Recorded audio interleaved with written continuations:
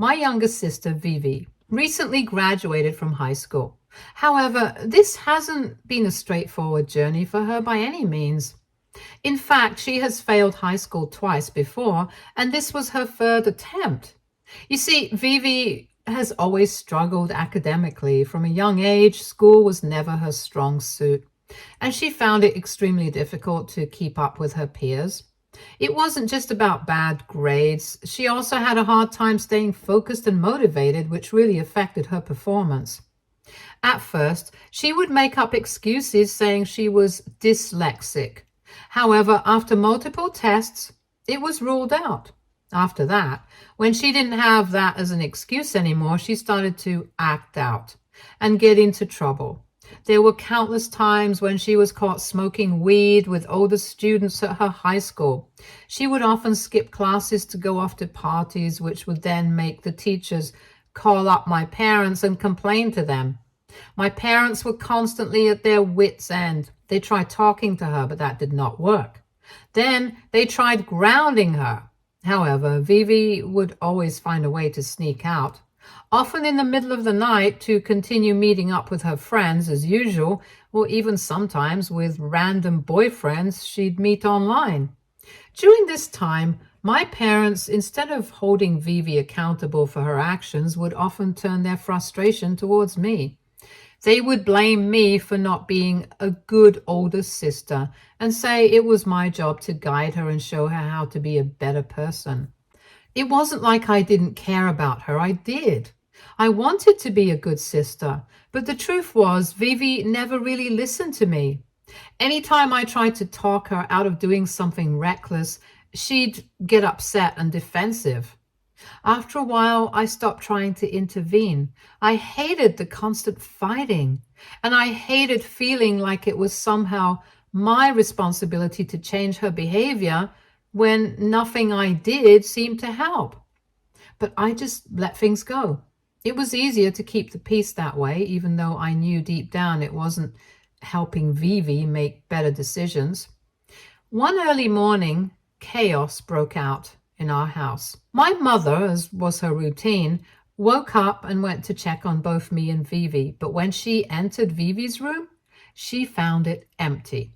I was jolted awake by the sound of my mom screaming and yelling at me and my dad demanding to know where Vivi was. Half asleep and confused, I rushed to Vivi's room, hoping maybe she had left a note or some sign of where she'd gone. But there was nothing. We tried calling her, but her phone was switched off, which only escalated the panic. At that point, we were ready to call the police. There was no trace of her, and we had no idea if she was safe or what might have happened. The whole situation was terrifying, and my parents were beside themselves with fear. Just as we were about to contact the authorities, one of our mutual friends reached out to me in private and confessed something shocking. Vivi had gone out again to meet a stranger, someone she had met online, for a date. I felt a wave of dread wash over me as I told my parents.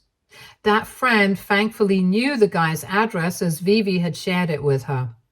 With this new information, we immediately drove to the guy's place. When we arrived, my mom didn't hesitate. She barged into the place, screaming Vivi's name. The look on Vivi's face when she saw us was a mixture of shock and embarrassment. She couldn't believe we had found her. Thankfully, nothing dangerous had happened between her and the guy. He seemed just as surprised as we were. He had no idea that Vivi was underage. Apparently, she had lied to him about her age, pretending to be older. My dad, furious, threatened the guy before practically dragging Vivi out of there. The car ride home was filled with shouting and accusations. Vivi was defiant as usual, arguing with our parents at every turn while my mom tried to make her understand the gravity of what she had done. It was one of the most tense and exhausting car rides I can remember. Vivi was also furious at me for contacting our mutual friend and getting the guy's address from her. She kept telling me how she could have just snuck back home later and that all I had to do was keep my mouth shut. My sister clearly did not recognize how serious her actions were and how worried we all were for her safety. When we finally got home, my mom grounded Vivi, and I thought maybe Vivi would change for the better, but that's not what happened. Instead, after this close call, my parents became almost overly protective of their youngest child. They were so terrified by the thought of losing her that they started giving in to her demands just to keep her safe and sound at home. Vivi also realized just how much leverage she had. She knew that as long as they were afraid of her running off or getting into trouble, they would give in to what she wanted. And she exploited that advantage. Even when Vivi failed high school for the first time, I expected some sort of consequence, maybe a serious talk or some discipline to set her back on track. But instead, my parents didn't even scold her. Rather than addressing the issue head on, they told her they understood how difficult high school could be and encouraged her to try again, almost as if failing was no big deal.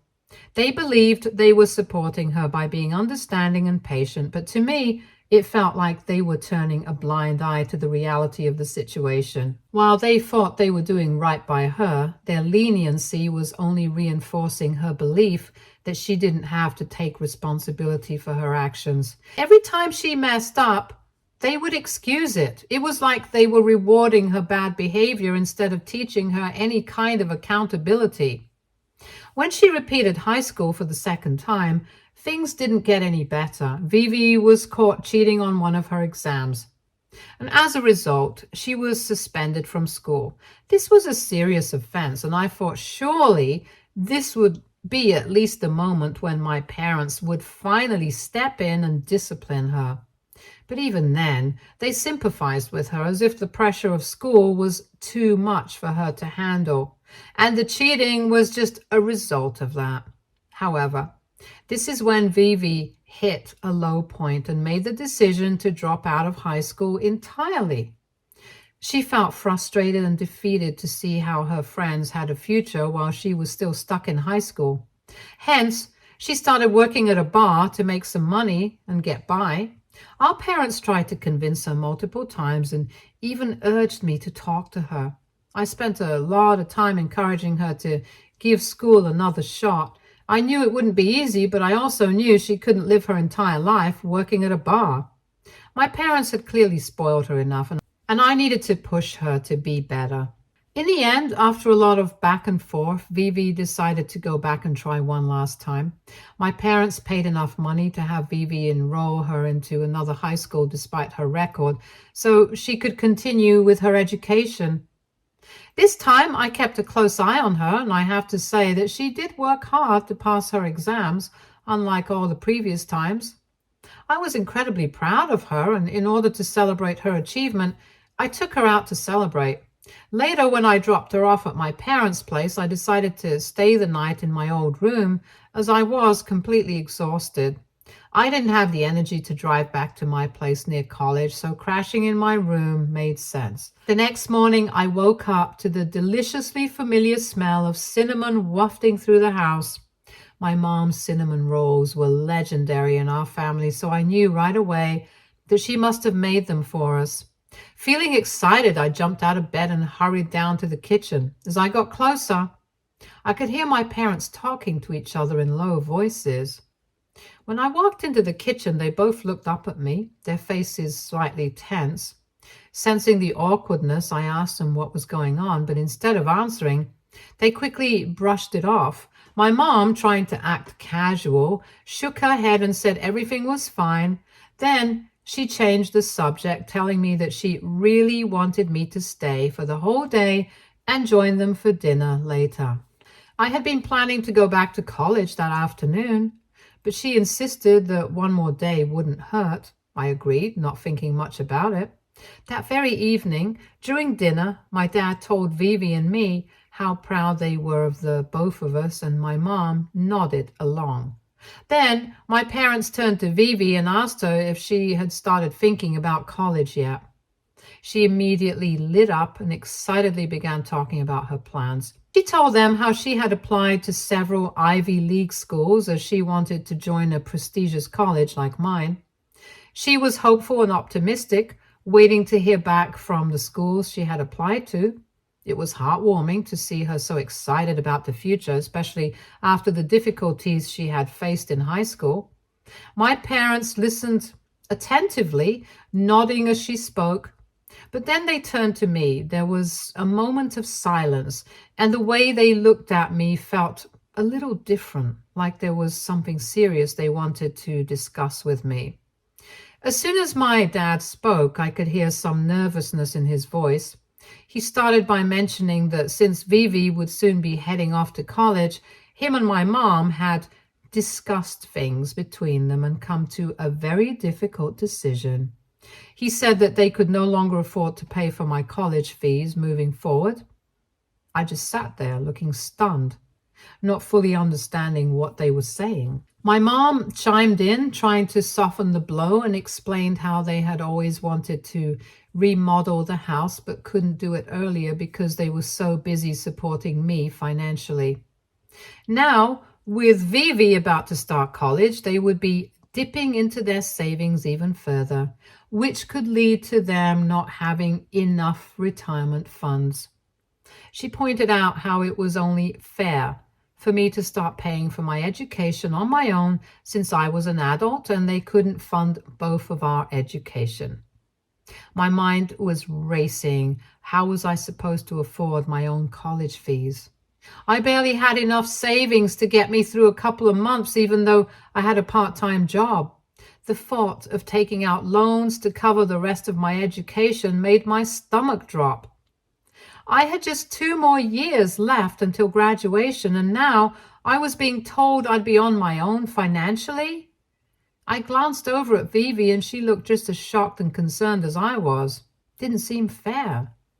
She had just graduated after failing so many times, and while I was genuinely happy for her, the idea that I would now have to fend for myself while my parents continued to support her financially felt like a punch in the gut.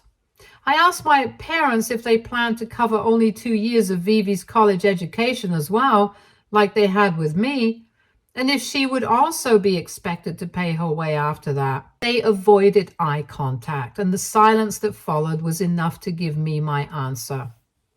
My mother started saying that Vivi was the youngest and needed more attention, which was why they would be paying for her entire college education. Otherwise, she might drop off from college altogether.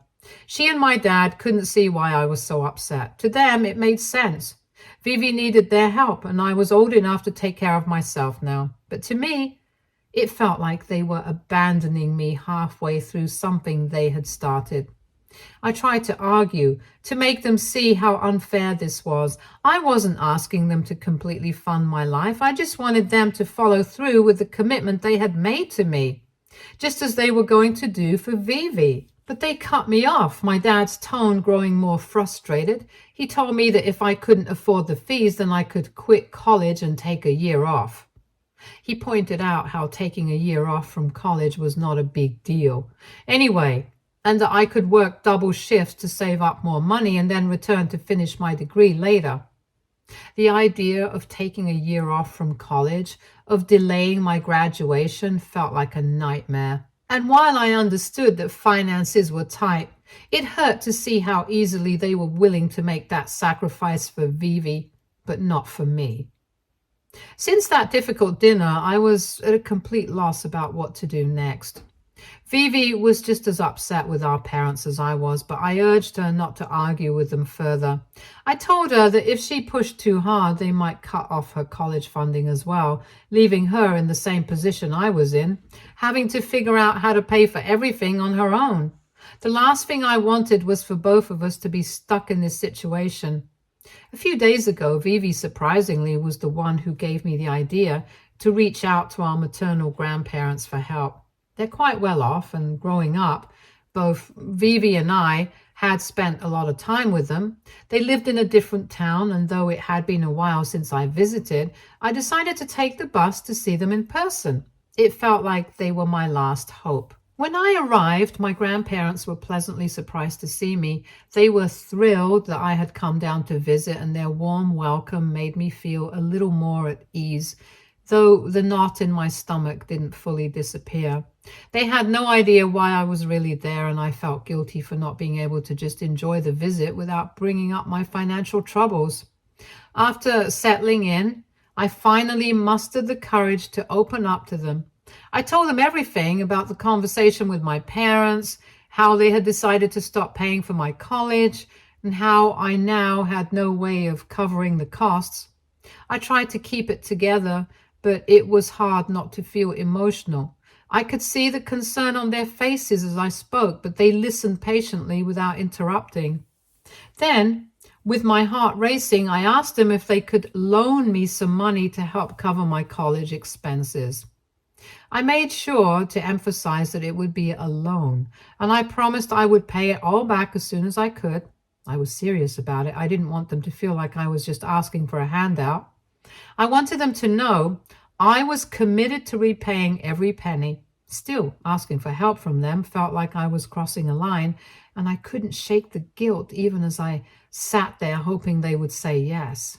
However, my grandparents seemed taken aback by my request. They exchanged confused glances, and then my grandfather asked why I would need more money when I already had a college fund.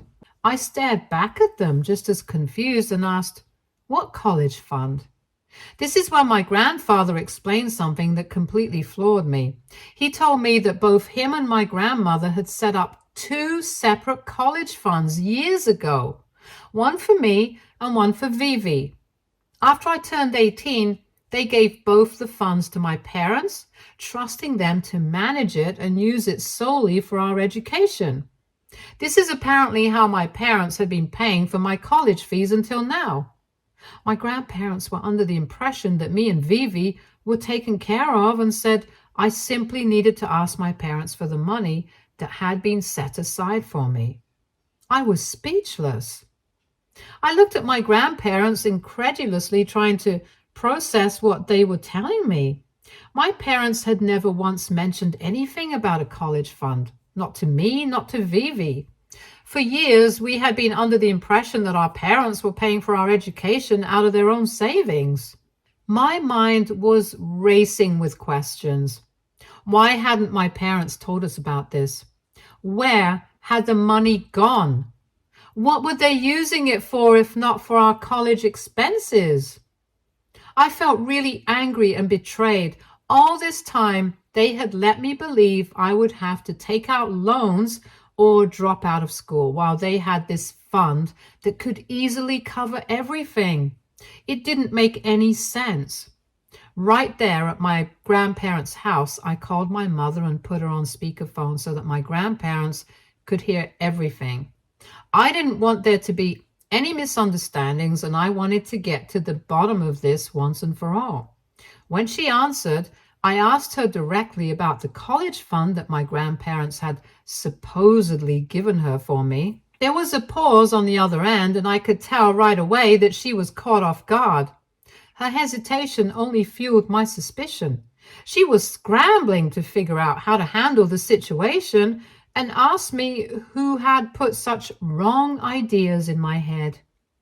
That's when I told her that it was my grandparents who had given me the information after I had come down to meet them to ask for money. At this point, I could hear her tense up. She got furious that I had gone to meet them without talking to her first and tried to explain, saying that the money her parents gave wasn't exactly a college fund specifically for me, but rather money intended for the entire family. But before she could continue, my grandfather, who had been listening quietly, spoke up. He firmly pointed out that when he had given them the money, he had been very clear it was specifically for mine and Vivi's college education, not some general family fund. He asked her sternly where she was planning on using the money, if not on my college expenses for the remaining 2 years. My mother fell silent after hearing him say that, as if she didn't know how to respond. She then said that she would need to talk to my dad and ask him more about it. as he was the one who handled their finances. The way she seemed so flustered and evasive only made me more suspicious. It was as though she had been caught in a lie, or at the very least in something they had been trying to keep hidden from me. Later, she texted me, insisting that I had no right to meet up with my grandparents behind her back.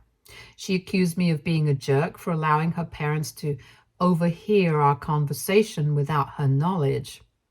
AITA for trying to find out what happened to my college fund, which my grandparents had saved up for me. Update 1. As many of you suggested, my grandparents and I did make the decision to confront my parents directly to uncover the truth. When we arrived at my parents' place, my grandfather didn't waste much time. He immediately launched into the reason we were there, demanding answers about the college fund. Without mincing words, he asked why they were suddenly refusing to pay for my college expenses when in reality the money set aside for my education had been a gift from him and my grandmother. My father attempted to explain something about how the money just wasn't enough for my expenses, but my grandfather had come prepared with proof. Without hesitation, he pulled out a stack of financial statements showing exactly how much money he had saved up over the years for my college education and given to my parents. Let me tell you, it was a lot, and more than enough for the entire 4 years of my college expenses and then some.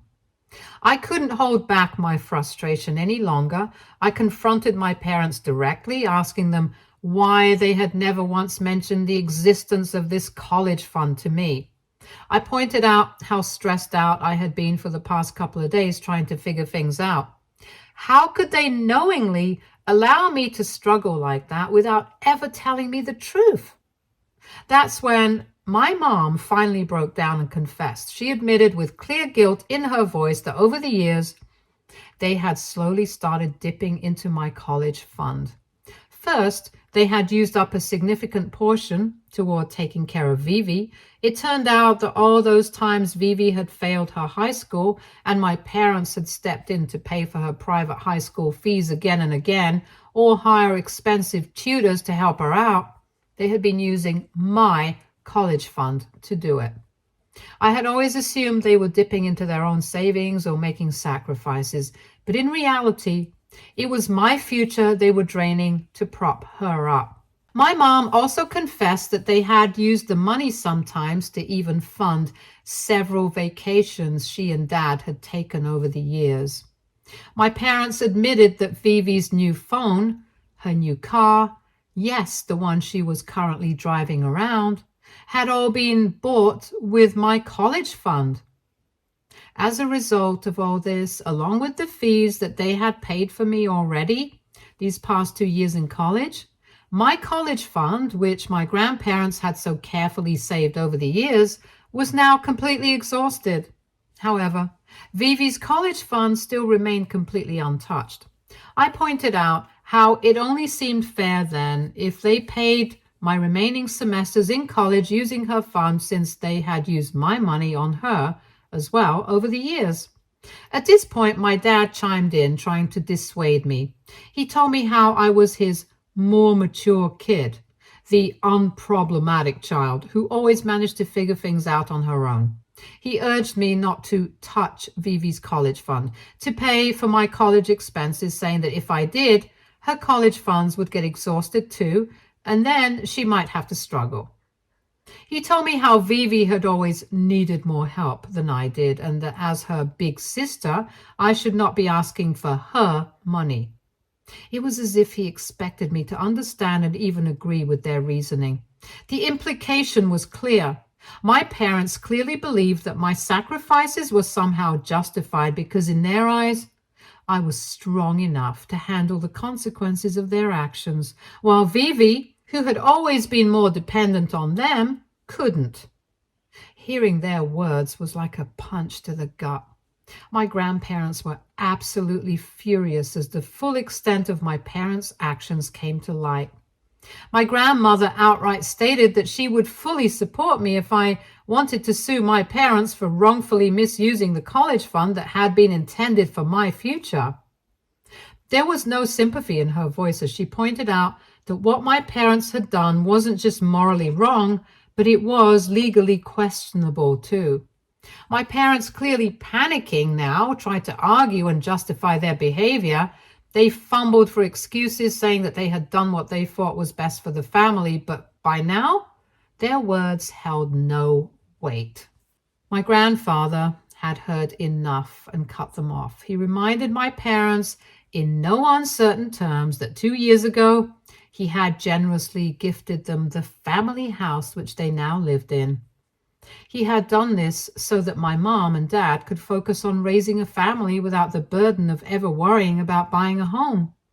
It was a gesture of love and support. He had never once asked them to pay rent or threatened to take the house away. But now, seeing how selfishly they had taken the money meant for my college education, using it not only on themselves but also on their other child, on Vivi's high school fees, tutor expenses, her car, her phones, it was too much to bear and he could no longer trust them. My grandfather declared that they needed to be taught a lesson. He told them that he would meet with a lawyer and transfer the deed of the house from his name to mine. In doing so, I would become the rightful owner of the house. My grandfather added without hesitation that if I wanted to, I could then just kick them out of the house entirely. Alternatively, if they wished to continue living there, they would have to start paying me rent. And with that rent, I could cover the college expenses they had forced me to shoulder on my own. My parents were speechless. I could barely contain the satisfaction that was bubbling up inside of me.